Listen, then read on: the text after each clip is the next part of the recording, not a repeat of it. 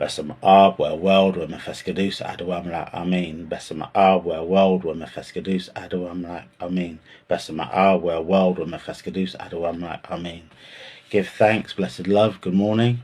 Yeah, you might notice this plant is got smaller. I've had to swap it because that last plant that I had was just taking over the whole of the background. It's getting far too big. But it attacked me. It fell on me during a work meeting. So and it wouldn't even go back there. It's so big. Once it toppled over, it wouldn't even stand back there again. So I've had to swap it out. But this one is very affectionate to my heart because it's my mum's plant before she passed away. So yeah, now we're the custodians of it, looking after it. So I'm very pleased to have it in this space. So give thanks and blessed love to the memory of my mother and my father as well, reunited. Anyway, so on with the reading of Exodus 23. Give thanks for these few words. You shall not spread a false report. Don't join your hand with the wicked to be a malicious witness. You shall not follow a crowd to do evil. You shall not testify in court to side with a multitude to pervert justice. You shall not favour a poor man in his case. If you meet your enemy's ox or his donkey going astray, you shall surely bring it to him again. You shall see the donkey of him who hates you fallen down under his burden. I'm going to read that sentence again because it didn't quite make sense to me. If you see the donkey of him who hates you fallen down under his burden, don't leave him. You shall surely help him with you. You shall not deny justice to your poor people in their lawsuits. Keep far from a false charge and don't kill the innocent and righteous, for I will not justify the wicked. You shall take no bribe, for a bribe binds you to those who have sight and perverts the words of the righteous. You shall not oppress a foreigner, alien, for you know the heart of an alien, since you were aliens in the land of Egypt. For 6 years you shall sow your land, and shall gather in its increase. But the 7th year you shall let it rest and lie fallow, that the poor of your people may eat. And what they leave, the animal of the field shall eat. In the same way you shall deal with your vineyard and with your olive grove. 6 days you shall do your work, and on the 7th day you shall rest, that your ox and your donkey may have rest, and the son of your servant and the alien may be refreshed. Be careful to do all things that I have said to you, and don't invoke the name of other gods, and even let them be heard out of your mouth. You shall observe the feast to me 3 times a year. You shall observe the feast of unleavened bread. 7 days you shall eat unleavened bread, as I command you. And the time appointed in the month of Abib, for it you came out of Egypt, and no one shall appear before me empty. And the feast of harvest, the first fruits of your labours, when you sow in the field, and the feast of ingathering at the end of the year, when you gather in your labours out of the field. 3 times in the year all your males shall appear before the Lord Yahweh, and you shall not offer the blood of my sacrifice with unleavened bread. The fat of the feast shall not remain all night until morning. You shall bring the first of the first fruits of your ground into the house of Yahweh. You shall not boil a young goat in its mother's milk. Behold, I send an angel before you to keep you by the way, and to bring you into the place which I have prepared. Pay attention to him and listen to his voice. Don't provoke him, for he will not pardon your disobedience for my name is in him. But if you indeed listen to his voice, do all that I speak, and then I will be an enemy to your enemy, and an adversary to your adversaries. For my angel shall go before you, and bring you into the Amorite, the Hittite, the Perizzite, the Canaanite, the Hivite, and the Jebusite, and I will cut them off.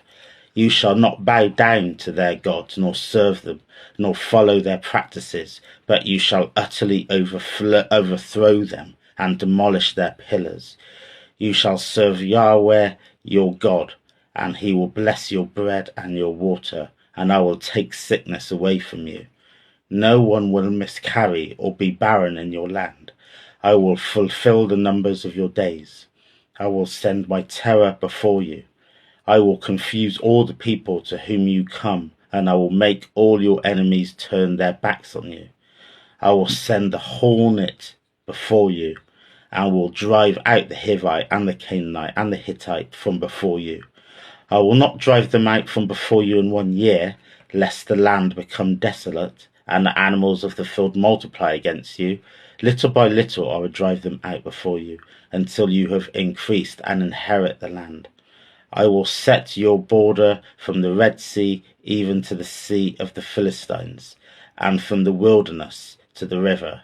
For I will deliver the inhabitants of the land into your hand. You shall drive them out before you.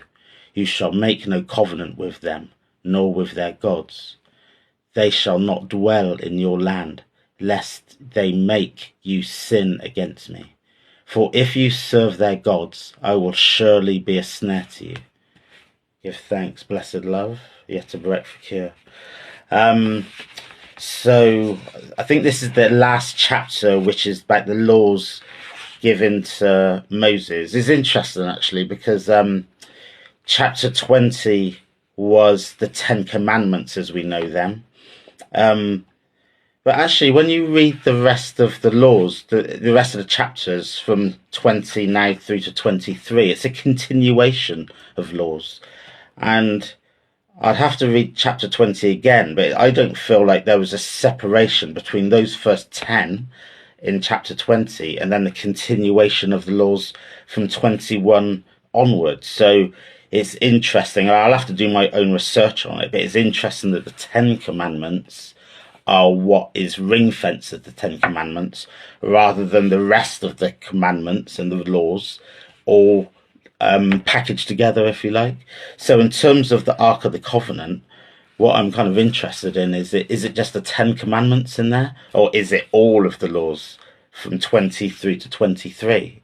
Because it, in a way, makes sense to my head that it'd be all of the laws, not just those 10. Do you know what I mean? So I'll have to do my own research on that. Some of you may know the answer to that already. I'll be interested if you wanted to leave comment on that, obviously. It'd be interesting to learn more. But yeah, we talk about the covenant being the 10.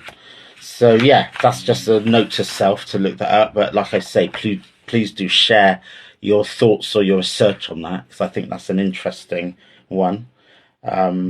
So yeah, that's just my immediate reflection.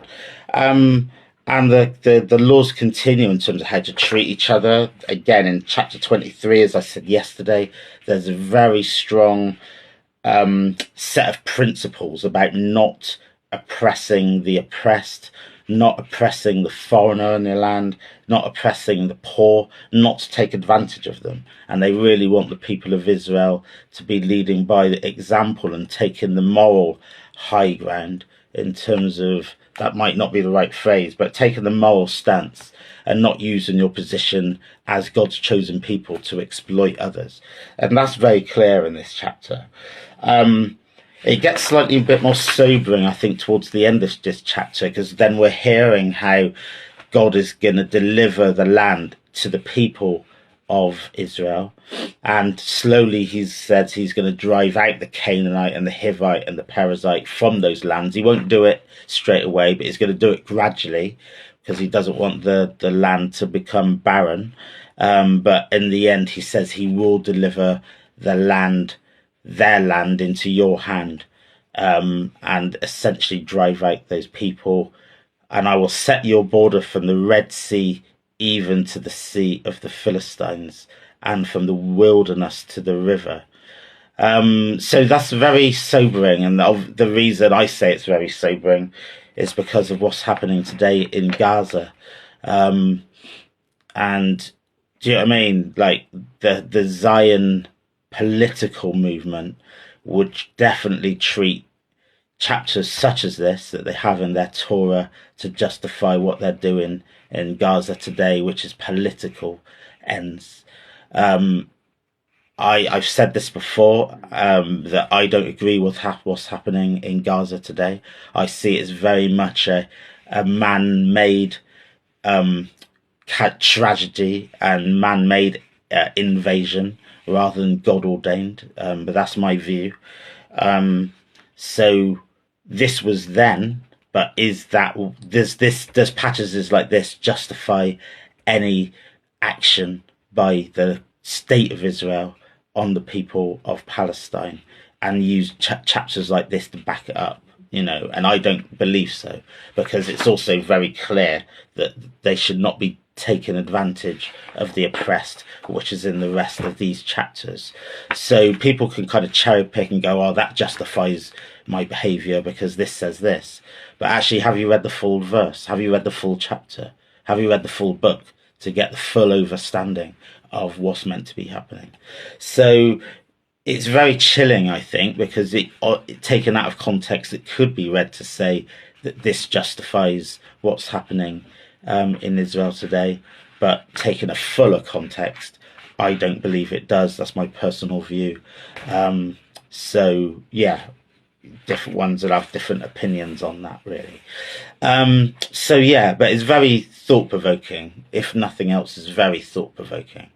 But it does show how, humans with human interest have taken certain passages out of the Bible and treated it for their own advantage, really. And that's been done from time immemorial, and we're still continuing to do it today in lots of different iterations. I'm not even talking about big things such as war, but even personal things, doing certain things, and now that justifies it because, it says go forth and multiply or whatever, and it justifies adultery or whatever. Do you know what I mean? It was like, no, hang on a minute. You know what I mean? So anyway, I will get off my soapbox now. But as always, these chapters are very thought-provoking, and they raise questions and conversations not only for within biblical time but also within contemporary time, and it's hard not to make those leaps sometimes. So blessed love, have a blessed day, Melk and Ken, and God willing, more tomorrow, but also God willing, I hope you have a peaceful and smooth day to come next 24 hours. Give thanks. Blessed love.